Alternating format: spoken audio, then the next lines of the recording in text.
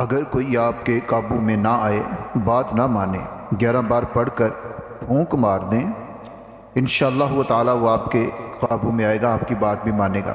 نور Islamic teacher کے معزز ناظرین سامعین، السلام علیکم ورحمۃ اللہ وبرکاتہ۔ امید ہے آپ سب خیریت سے ہوں گے۔ اللہ رب العزت آپ کی تمام تر ضروریات حاجات کو اپنے غیب کے خزانوں سے پورا فرماتا رہے، آمین یا رب العالمین۔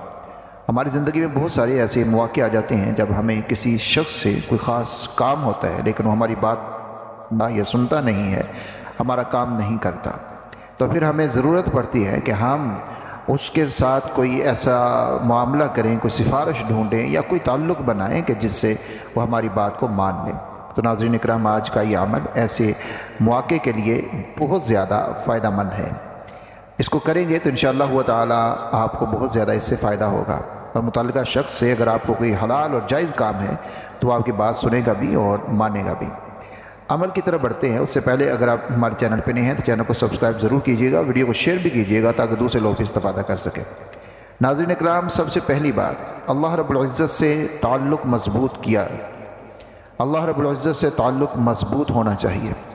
اپنے خالق سے اگر ہمارا تعلق مضبوط ہوگا تو تمام مخلوق میں ہماری محبت بھی پیدا ہو جائے گی خود بخود ہی، اور وہ ساری مخلوقات ہمارے لیے ایک معاون کی حیثیت رکھیں گی۔ لیکن اگر اللہ رب العزت کو ہم نے ناراض رکھا اپنے اعمال کی وجہ سے، تو پھر ہم جو مرضی کرتے رہیں، ہمیں فوائد حاصل نہیں ہو سکتے۔ اس لیے سب سے پہلی بات، اللہ رب العزت سے تعلق مضبوط رکھیے، تو پھر مخلوقات میں ہو ہی نہیں سکتا کہ ہمیں نفع حاصل نہ ہو۔ دوسری چیز ہے نماز کی پابندی۔ نماز کی پابندی اللہ رب العزت سے تعلق کا ایک بہترین ذریعہ ہے۔ یہ ہمارے دل بلکہ تمام مخلوقات کے دل اللہ رب العزت کے قبضہ اختیار میں ہے، وہ جس طرف چاہے پھیر سکتا ہے۔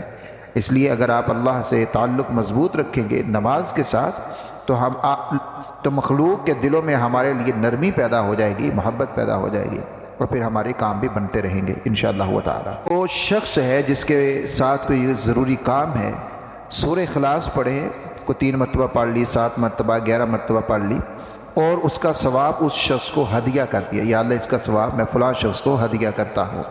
دن میں 2 بار، 3 بار، 4 بار، جتنی مرتبہ بھی آپ کر سکیں اس کو ہدیہ کرتے رہیں۔ اس سے بھی اس کا دل آپ کے لیے نرم ہو جائے گا، اس کے دل میں آپ کے لیے محبت پیدا ہو جائے گی۔ دوسرا جو خاص عمل ہے وہ یہ ہے کہ آپ نے اپنے ہاتھ کو اس طرح سے کھول لینا ہے، اور پھر آپ نے دروشی پڑھنا ہے مرتبہ۔ ہاتھ کو کھول کر، یہ اس کی جو تلی ہے ہاتھ کی، یہ آپ کے سامنے ہونی چاہیے، اور آپ نے 3 مرتبہ دروشی پڑھ لینا ہے۔ اس کے بعد آپ نے 11 مرتبہ یا رافع یا ودود، یا رافع یا ودود، یہ آپ نے 11 مرتبہ پڑھنا ہے، اور اپنی ہتھیلی پر دم کر کے، جو ہتھیلی ہے آپ کی، اس کے اوپر آپ نے دم کر دینا ہے۔ یا رافع یا ودود پڑھ کے ہتھیلی سامنے رکھنی ہے، 11 مرتبہ پڑھنا ہے، اس کے اوپر آپ نے دم کر دینا ہے۔ دم کرنے کے بعد 3 مرتبہ آپ نے دروشی پھر پڑھنا ہے، 3 مرتبہ اول، 3 مرتبہ آخر دروشی پڑھنا ہے، دم کرنا ہے۔ اپنی مٹھی کو اس طریقے سے آپ نے بند کر لینا ہے، آرام کے ساتھ، زیادہ زور سے بند نہ بھی کریں۔ تو جس شخص کے ساتھ آپ کو کام ہے، آپ اس سے ملنے کے لیے چلے جائیں، یعنی اگر کوئی میٹنگ وغیرہ ہے، اس نے آپ کو بلایا ہے، تو پھر آپ اس کو ملنے کے لیے جائیں، یہ اپنی ہتھیلی پر اس طرح دم کر لیں۔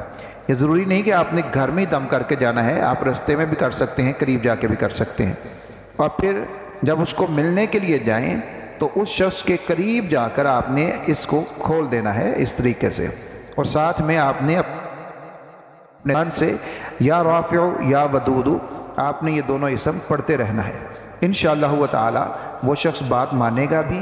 آپ کا اگر کوئی خاص کام ہے اس کے ساتھ، اور بشرط ہے کہ وہ حلال اور جائز کام ہو، تو وہ آپ کا کام بھی کر دے گا۔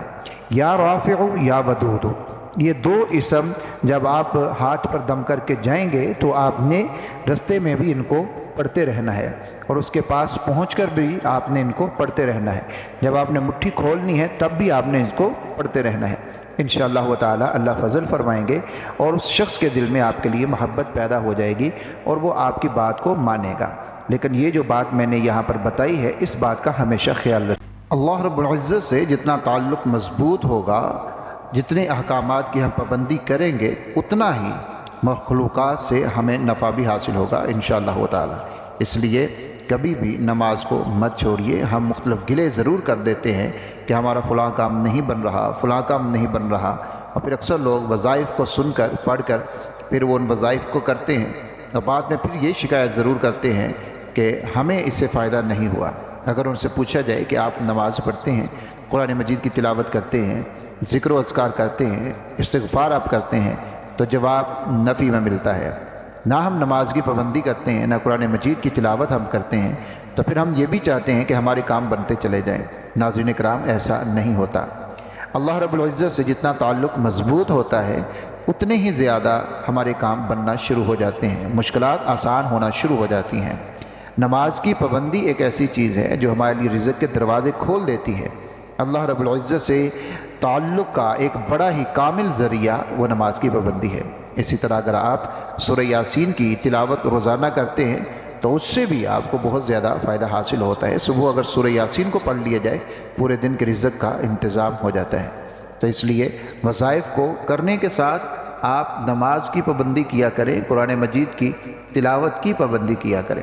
ویڈیو کو شیئر ضرور کیجیے گا، اپنا خیال رکھیے گا۔ اللہ حافظ۔